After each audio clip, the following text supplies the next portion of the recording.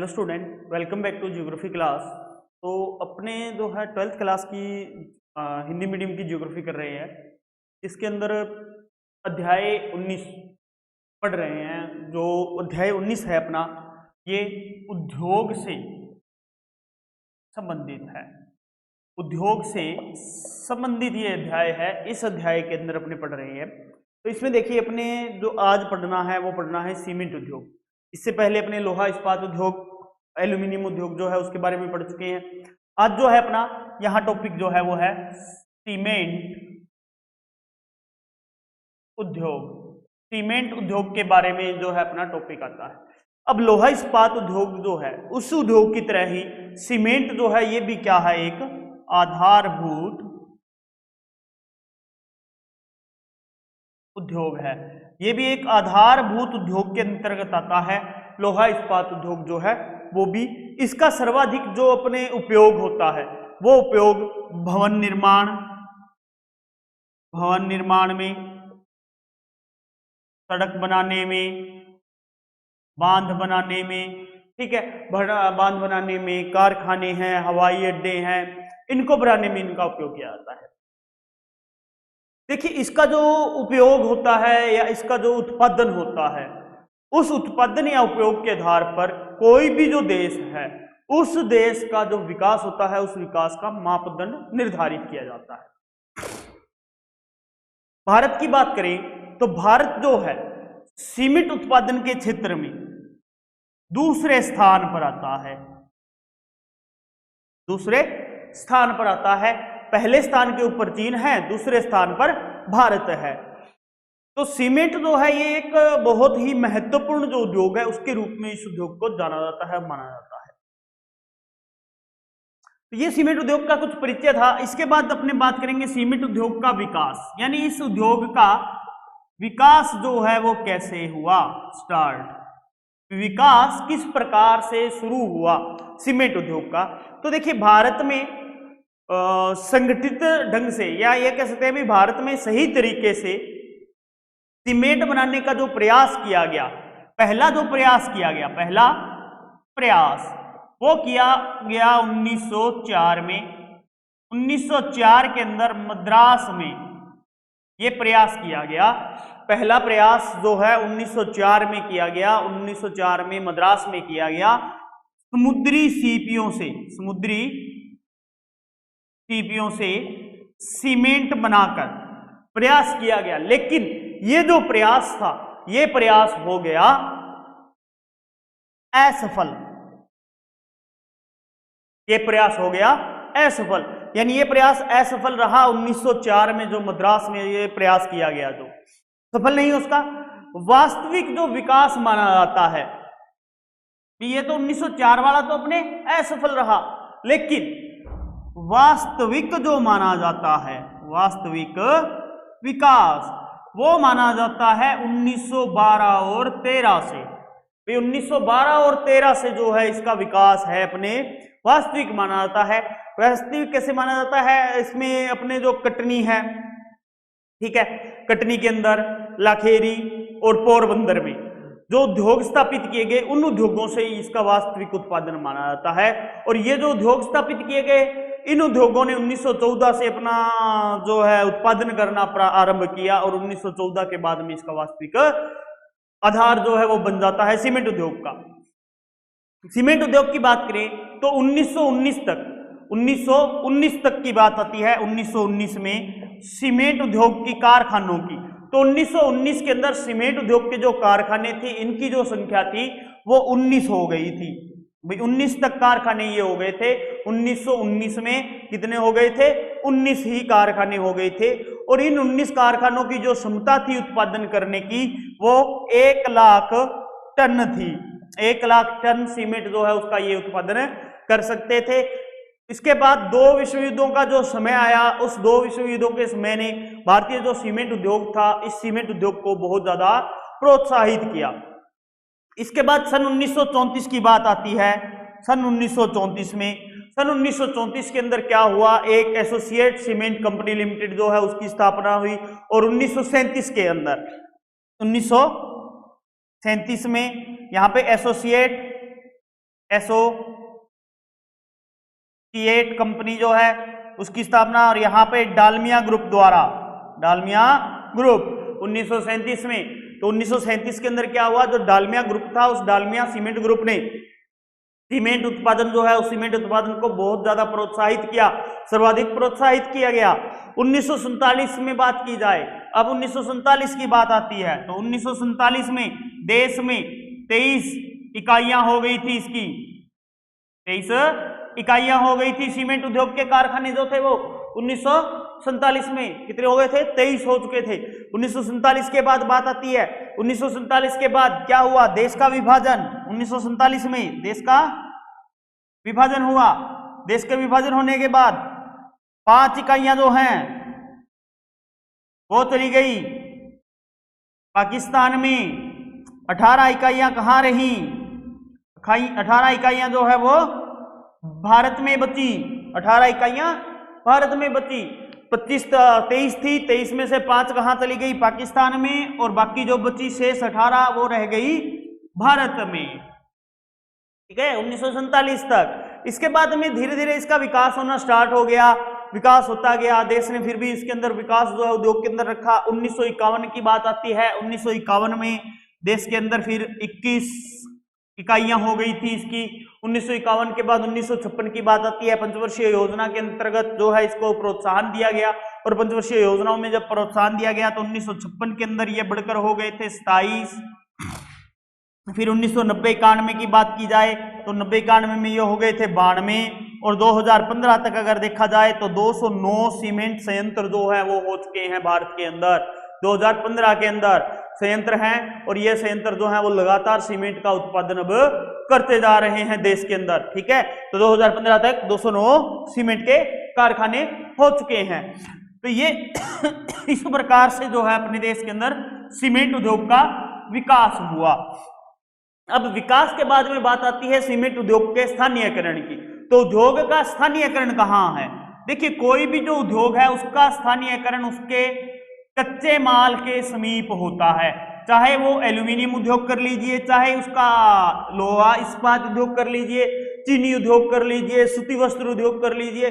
तो कोई भी जो उद्योग है वो उद्योग कहाँ पे स्थापित होगा, जहां उसको उसका कच्चा माल आसानी से उपलब्ध हो जाएगा और उस कच्चे माल का आसानी से प्रयोग किया जा सकेगा, वहीं पर वो उद्योग जो है स्थानीयकरण होगा। अब सीमेंट उद्योग की बात करें तो सीमेंट उद्योग में भारी जो वस्तुएं हैं उन भारी वस्तुओं का उपयोग अधिक होता है। तो परिवहन की सुविधा को ध्यान में रखते हुए जो सीमेंट के कारखाने हैं वो कच्चे माल के पास में ही व्यवस्थित किए जाते हैं, कच्चे माल के पास ही स्थापित कर दिए जाते हैं। तो सीमेंट उद्योग की जो स्थापना है वो स्थापना में जो शक्ति के साधन है, कच्चा माल है, कोयला है, परिवहन के साधन है, ये मुख्य कारक जो होते हैं भूमिका निभाते हैं। तो इस प्रकार जो सीमेंट उद्योग का विकास होता है वो कहाँ होता है, जो कच्चे माल के स्रोत होते हैं। कच्चा माल जहां क्या होता है आसानी से प्राप्त हो जाए, उस कच्चे माल के स्थान पर सीमेंट उद्योग का विकास किया जाता है। कच्चे माल के बाद आगे आता है इसमें उद्योग के स्थानीयकरण के बाद भारत में सीमेंट उद्योग जो है या सीमेंट उत्पादन जो है उसकी बात करेंगे। तो सीमेंट उद्योग का जो वितरण है उसकी बात करेंगे। सीमेंट उद्योग का वितरण, तो सीमेंट उद्योग जो है इसका वितरण जो है वो कहां मिलता है, भारत में। तो सीमेंट उद्योग के वितरण की अगर बात करें तो देखिए इसका जो स्थानीयकरण है, सीमेंट उद्योग का जो स्थानीयकरण पाया जाता है वो स्थानीयकरण बहुतायत से, जो चूना पत्थर इलाका है अपना, ठीक है, जो चूना पत्थर का इलाका है उस चूना पत्थर के इलाके में, ठीक है, और जो कोयला उत्पादन क्षेत्र है उस कोयला उत्पादन क्षेत्र के जो क्षेत्र मिलते हैं उन क्षेत्रों के पास में समीप में जो है इस उद्योग का स्थानीयकरण होता है। अब इस उद्योग का स्थानीयकरण जो है वो राजस्थान से लेकर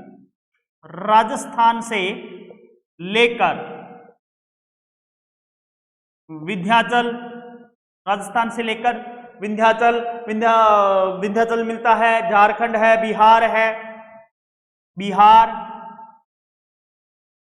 झारखंड जो है, ठीक है, बिहार झारखंड जो है जहां पे अपने चूना पत्थर आसानी से मिल सकता है, उस चूना पत्थर के विस्तार तक इसका पाया जाता है।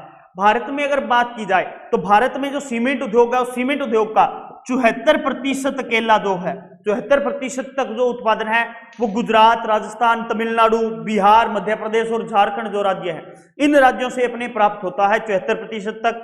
सीमेंट के बड़े संयंत्रों में से 77 जो संयंत्र हैं, 77 संयंत्र है, ये 77 संयंत्र, बड़े संयंत्रों में से 77 संयंत्र जो हैं वो अपने जो आंध्र प्रदेश है वहां पे, राजस्थान में, तमिलनाडु में जो है स्थापित है। उद्योगों की शीर्ष जो 20 कंपनियां हैं, वो शीर्ष 20 कंपनियां 70% से अधिक जो है अपने सीमेंट का उत्पादन करती हैं। भारत में सीमेंट उत्पादक प्रमुख क्षेत्र आते हैं। अभी भारत के अंदर सीमेंट उत्पादक प्रमुख क्षेत्र कौन से हैं? भारत में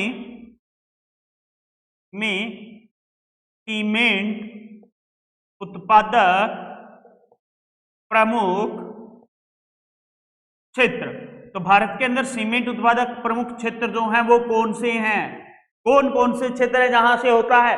अब भारत के अंदर देखिए राज्यवार आएंगे ये प्रमुख क्षेत्र, और राज्यवार प्रमुख क्षेत्र और उनके केंद्र कौन कौन से हैं। तो इसमें पहला जो स्थान आता है अपने, वो आता है तमिलनाडु का, तमिलनाडु। तो तमिलनाडु जो है, देखिए तमिलनाडु जो है ये अपने सीमेंट उत्पादन जो है, सीमेंट उत्पादन में शीर्ष राज्यों में से एक है, शीर्ष राज्यों में से एक है। यानी शीर्ष उत्पादन जो है वो तमिलनाडु में किया जाता है सीमेंट उत्पादन का, और सीमेंट उत्पादन के कारण ये शीर्ष पे आता है। क्यों होता है? क्योंकि यहां पर पर्याप्त मात्रा में कच्चा माल उपलब्ध है, कच्चा माल उपलब्ध है, यहां पर कच्चा माल उपलब्ध मिलता है, इसलिए वो कच्चा माल उपलब्ध होने के कारण यहां पे उद्योग स्थापित किया जाता है। प्रमुख जो केंद्र है इसके, वो शंकरदुर्ग है, डालमियापुरम है, आइला है, मदुरै है, ये इसके प्रमुख केंद्रों के अंतर्गत आते हैं। इसके अलावा और भी आते हैं इसमें, पर अपने जो है थोड़े बहुत चलते हैं जानकर। तमिलनाडु है तो इसमें आता है। इसके बाद अपने सेकंड जो प्लेस आता है वो आता है मध्य प्रदेश का।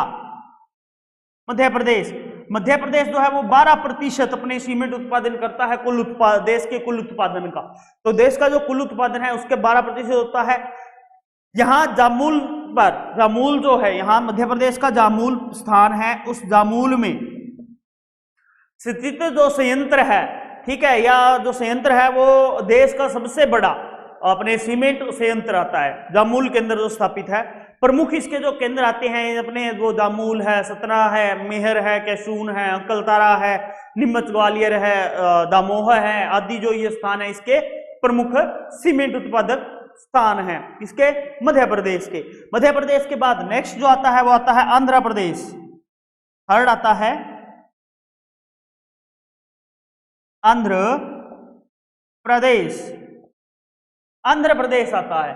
अब आंध्र प्रदेश की अगर बात करें तो देखिए आंध्र प्रदेश के अंदर राज्य के अधिकांश जो कारखाने हैं वो तेलंगाना या रायलसीमा जो क्षेत्र है उस क्षेत्र के अंदर स्थित है।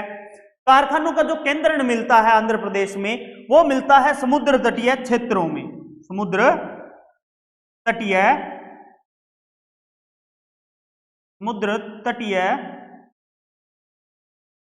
क्षेत्रों में। जो समुद्र तटीय क्षेत्र हैं उन समुद्र तटीय क्षेत्रों के अंतर्गत जो है इसका केंद्र मिलता है। अब समुद्र तटीय क्षेत्रों में इसका केंद्र नदी कुआ है, तो अपने देखिए इसके जो प्रमुख केंद्र मिलते हैं वो मथुरेला है, मंगलगिरी है, पन्याम है, विजयवाड़ा है, आदिलाबाद है, हैदराबाद है, ये इसके प्रमुख केंद्र आते हैं आंध्र प्रदेश के। इसके बाद नेक्स्ट जो आता है वो आता है राजस्थान। इनके बाद अगला जो आता है राजस्थान।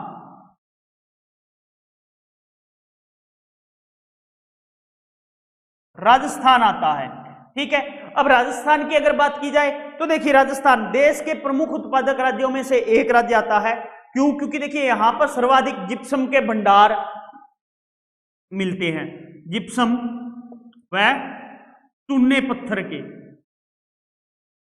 जिप्सम व चूना पत्थर जो है, उस जिप्सम और चूना पत्थर के सर्वाधिक जो भंडार हैं वो राजस्थान में मिलते हैं। इसके अलावा यहाँ पर बाजार, पूंजी, परिवहन की सुविधा का तीव्र विकास हुआ है। उस तीव्र विकास होने की वजह से भी इस उद्योग का यहाँ पे काफी विकास हुआ है, और उन्नत परिस्थितियों में यहाँ पे इसका विकास हो चुका है। राजस्थान की बात करें तो राजस्थान के अंदर लाखेरी है, निम्बाहेड़ा है, चित्तौड़गढ़ है, उदयपुर है, ब्यावर है, आदि इसके प्रमुख केंद्र आते हैं जो सीमेंट उत्पादन करते हैं राजस्थान में। इसके बाद नेक्स्ट, अपने राजस्थान के बाद नेक्स्ट जो आता है वो आता है गुजरात। गुजरात। अब गुजरात की बात करें, गुजरात की अगर बात की जाए तो अधिकांश जो कारखाने हैं गुजरात में, वो भी गुजरात के अंदर भी समुद्र तटीय जो क्षेत्र है वहां पर लगाए गए हैं, समुद्र तटीय क्षेत्रों में भी ज्यादातर जो कारखाने यहां लगाए गए हैं वो समुद्र तटीय क्षेत्रों में लगाया गया है। राज्य का सिक्का नामक संयंत्र है, सिक्का, सिक्का संयंत्र जो है राज्य का, ये सिक्का संयंत्र है जो सबसे बड़ा सीमेंट कारखाना है। ठीक है, सिक्का जो है गुजरात का वो सबसे बड़ा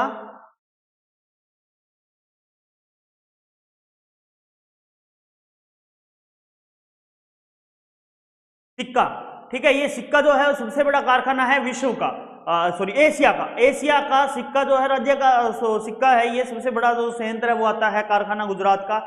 इसके अलावा यहाँ के प्रमुख जो केंद्र मिलते हैं वो पोरबंदर है, द्वारिका है, रनवाब है, ओखमंडल है, अहमदाबाद है, ये इसके मुख्य सीमेंट उत्पादक जो है अपने राज्य के अंतर्गत आते हैं। ठीक है, इसके बाद अगला जो आता है अपने गुजरात के बाद वो आता है कर्नाटक, कर्नाटक आता है।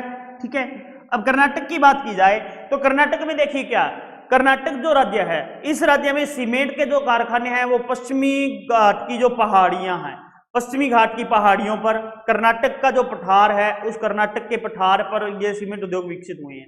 यहाँ के प्रमुख जो उद्योग मिलते हैं कर्नाटक के वो बागलकोर है, बाडी है, भद्रावती है, बेंगलोर है, बीजापुर है, गुलबर्ग है आदि, ये जो है इसके कर्नाटक के क्षेत्र हैं। इसके बाद आता है झारखंड, कर्नाटक के बाद अगला जो आता है वो है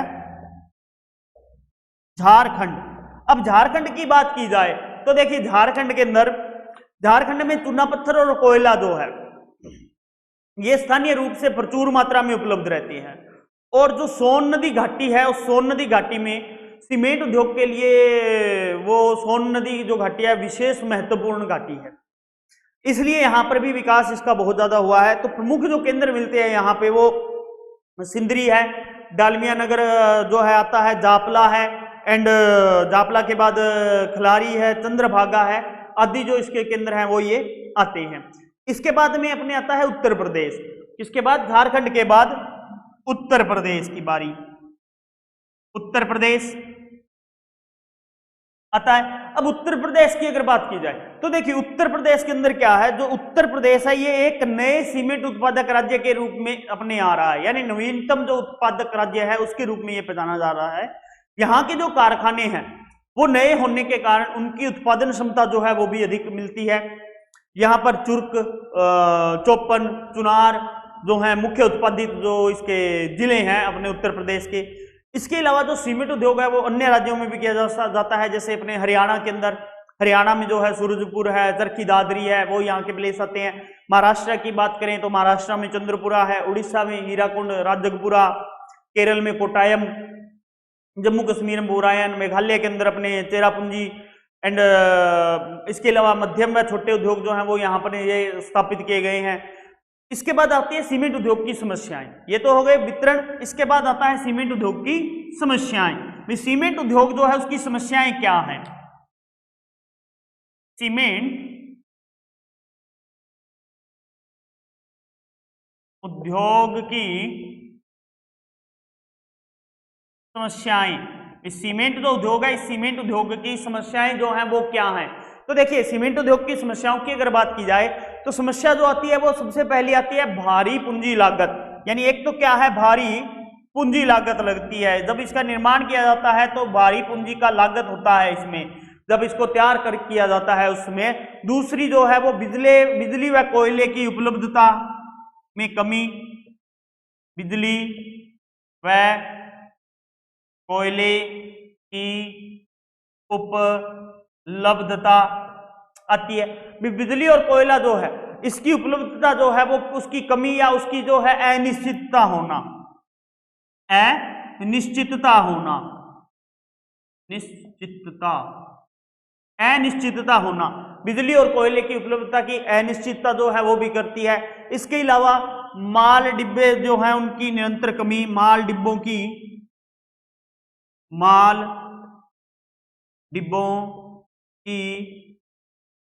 निरंतर कमी, तो माल डिब्बे जो हैं इनकी निरंतर कमी पाई जाती है। अब माल डिब्बे जो है इनकी निरंतर कमी चल रही है, तो उस निरंतर कमी के कारण भी अपने जो है उत्पादन होता है। इसके बाद पर्याप्त जल की कमी, पर्याप्त जल की कमी, भी जो जल है वो भी पर्याप्त मात्रा में नहीं मिल पाता। जैसे अपने राजस्थान, गुजरात में जो है विशेष रूप से जल की जो है काफी कमी पाई जाती है। तो ये जो है सीमेंट उद्योग की कमी के कारण प्रभावित होने वाले उद्योग होते हैं। इसके बाद आगे अपने जो है सीमेंट उद्योग है, जिससे अपनी समस्याएं जो है इसकी सीमेंट उद्योग की आती है। इसके बाद आगे अपना जो नेक्स्ट उद्योग आता है वो आता है सूती वस्त्र उद्योग। ये तो सीमेंट उद्योग, बात करेंगे अपने सूती वस्त्र उद्योग की, सूती वस्त्र उद्योग की। अब सूती वस्त्र उद्योग की बात हो रही है, तो देखिए सूती वस्त्र उद्योग जो है, तो भारत में सूती वस्त्र निर्माण की जो परंपरा मिलती है वो काफी प्राचीन समय से मिल रही है, यानी अति प्राचीन समय से जो है इसका चल रहा है।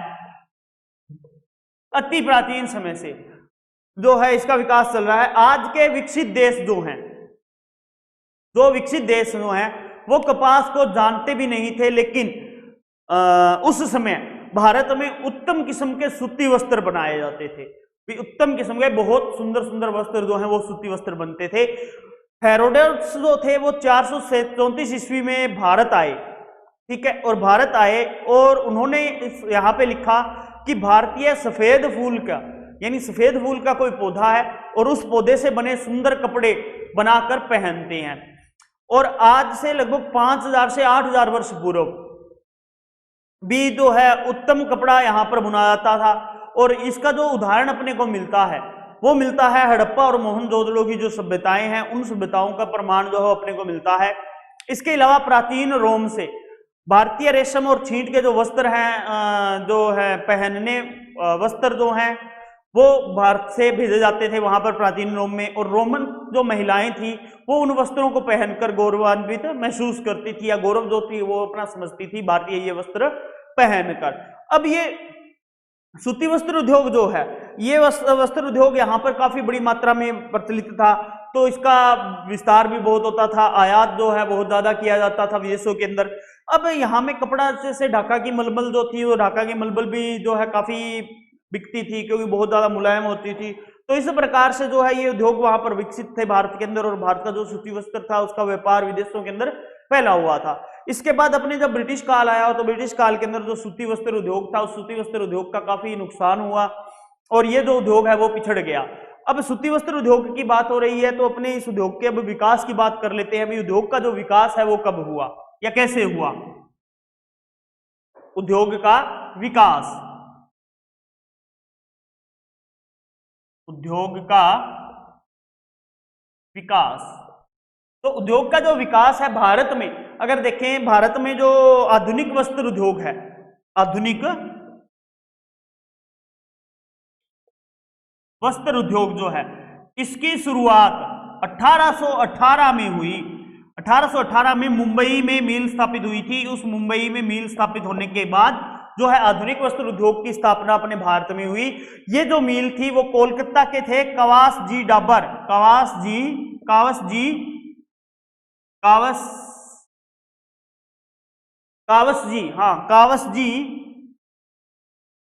डाबर, ये कोलकाता के थे कावस जी डाबर। इन्होंने 1818 ईस्वी में मुंबई के अंदर सूती वस्त्र उद्योग लगाई, जिसको आधुनिक सूती वस्त्र उद्योग माना जाता है। और इस सूती वस्त्र उद्योग को अपने आगे चलते हैं। अब मुंबई के अंदर देखिए स्थापित की गई। इसके बाद अपने बात आती है आगे के सन की, तो 1916 तक की अगर बात की जाए तो 1916 तक जो मिलें थी वो मिलें बढ़कर हो गई 12। कितनी हो गई थी? 12 मिलें हो गई थी। 12 मिलें हो गई थी। 1945 तक इन मिलों की बात की जाए तो 447 हो गई। 447 नहीं, 417 जो है ये मिलों की संख्या हो गई थी। और स्वतंत्रता के पश्चात जो है अपने जो कुछ इसमें ह्रास हुआ, लेकिन उसके बाद फिर दोबारा इसमें विकास स्टार्ट हो गया। और यह जो उद्योग है, जो सूती वस्त्र उद्योग है, वो देश के अंदर लगभग 4.5 करोड़ लोगों को अपने रोजगार प्रदान करता है। वस्त्र उद्योग में संगठित जो मिले हैं उनकी संख्या 1969 हो चुकी है। अब ये 1969 में से अपने 1717 जो है वो कताई की हैं, 198 जो मिले हैं वो कंपोजिट मिले हैं। भारत में प्रति व्यक्ति अगर कपड़े की खपत की बात करें तो 2009-10 के अंदर 43.1 वर्ग मीटर वार्षिक, यानी प्रत्येक व्यक्ति जो है वो 43.1 वर्ग मीटर वार्षिक कपड़ा जो है उसकी खपत करता है भारत में। इसके बाद आते हैं इसके स्थानीयकरण के कारक भी, जो ये उद्योग है इस उद्योग के स्थानीयकरण के कारक क्या हैं। स्थानीयकरण के कारक, स्थानीयकरण जो हो रहा है इस स्थानीयकरण के कारक क्या है उद्योग के। तो देखिए स्थानीयकरण का कारक जो है वो पहला तो आता है कच्चा पदार्थ। एक तो क्या है कच्चा पदार्थ, जैसे मैंने आपको बताया था उद्योगों के अंदर जो है कच्चा माल जो है वो सबसे बड़ा स्थानीय कारक होता है। तो स्थानीयकरण का कारक ये हो गया। दूसरा जो कारण होता है वो होता है परिवहन पदार्थ, ठीक है, परिवहन पदार्थ, यानी परिवहन को पदार्थ के रूप में परिवहन जो किया जाता है वह परिवहन सुविधा जो है वो इसमें आती है, ठीक है, तो वो इसमें आती है। थर्ड जो है अपने उसकी बात की जाए तो थर्ड जो है वो बाजार की सुविधा होती है, बाजार जो होता है वो प्रभावित करता है। 4 नंबर पर जो आती है वो बात आती है आर्द्र एवं नम जलवायु। इसकी सूती वस्त्र उद्योग की कर रहे हैं तो आर्द्र व नम जलवायु चाहिए इसके लिए, नम जलवायु। 5 नंबर पे अगर बात की जाए तो 5 नंबर पे आती है नियमित विद्युत आपूर्ति। विद्युत आपूर्ति भी जरूरी होती है इसके लिए, विद्युत आपूर्ति जो है वो नियमित होनी चाहिए। इसके बाद जैसे अपने पर्याप्त और कुशल श्रमिक है, पूंजी है, आधुनिक तकनीक है, तो ये कुछ इसके स्थानीयकरण को प्रभावित करने वाले कारक होते हैं। तो इन कारकों के द्वारा जो उद्योग है सूती वस्त्र उद्योग वो अपने प्रभावित रहता है और जो है इसका विकास जो है वो इन्हीं कारकों के ऊपर डिपेंड करता है। इसके बाद अपना जो है सूती वस्त्र उद्योग का वितरण आता है वो अपने नेक्स्ट क्लास के अंदर करेंगे। तो आज के लिए इतना ही, धन्यवाद।